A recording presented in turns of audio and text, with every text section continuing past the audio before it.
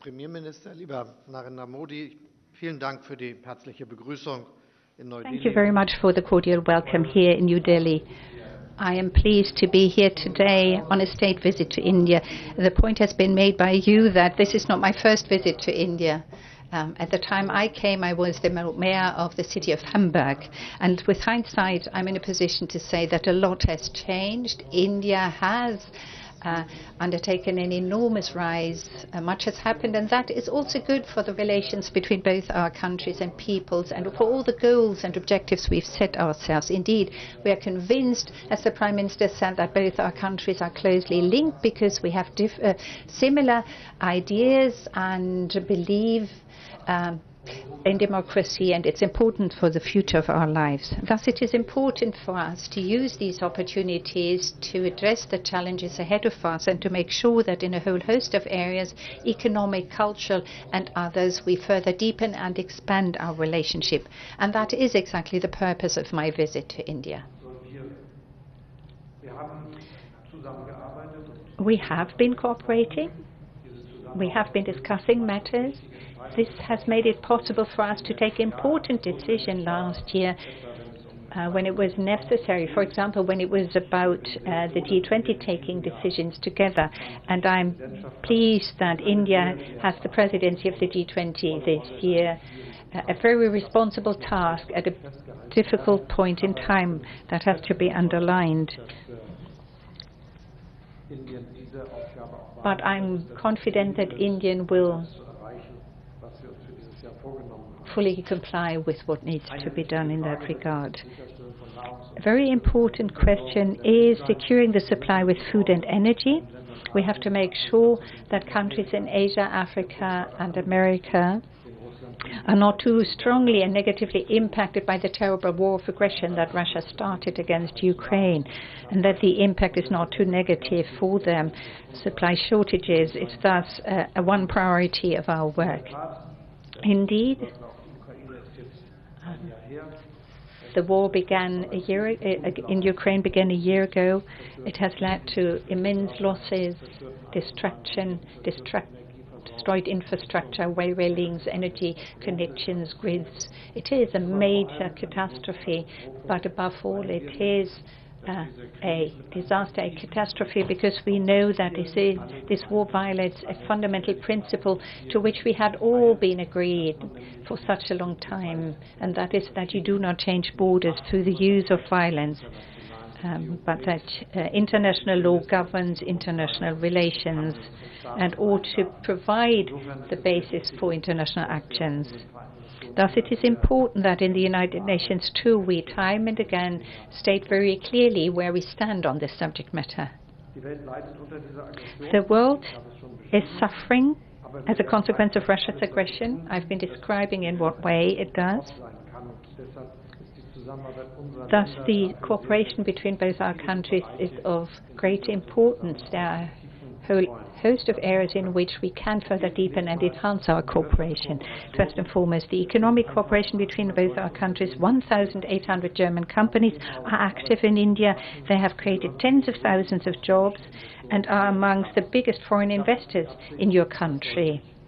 And our intention is to put this on a steady footing and expand that cooperation. The number of personnel employed here is to go massively up, and the agreements that the members of the business delegations have reached with each other point the way in that direction. The next Asia Pacific Conference of German Industry and Business will take place in India, by the way.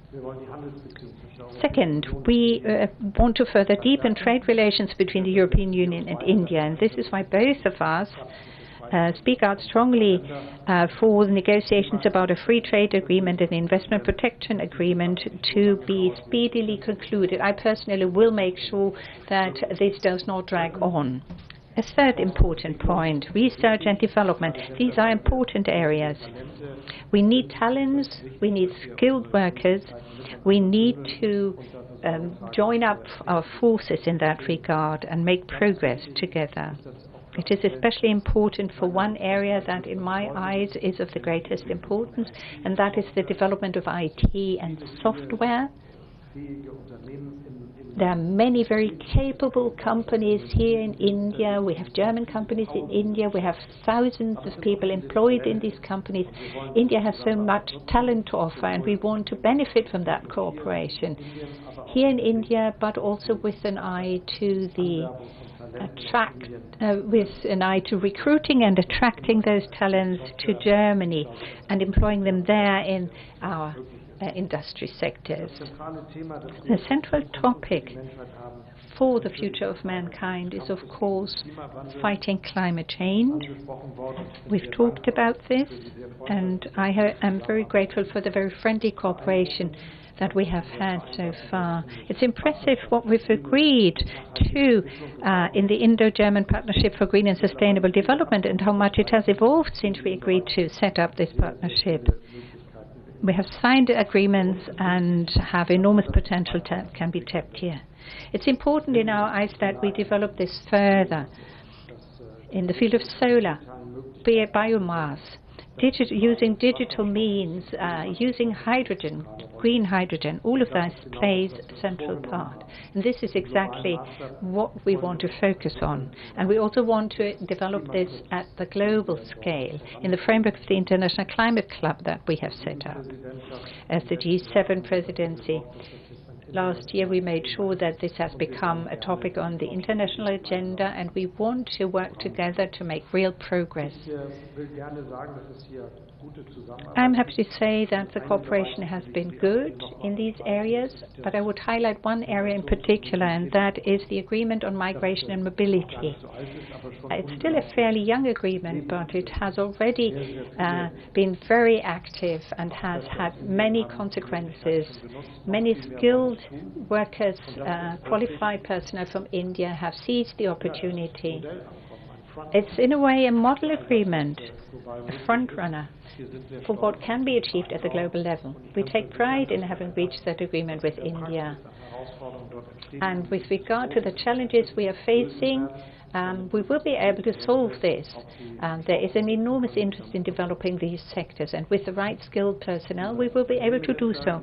Prime Minister, dear Narendra Modi, I'm very grateful to you for the excellent cooperation, for the friendship between both our countries, for the friendship between you and I, and for the many good talks and exchanges we've had. It is a wonderful feeling to be here today, and I very much hope that this is a good foundation on which we can build our ambitious relationship. Thank you, Excellency. This concludes the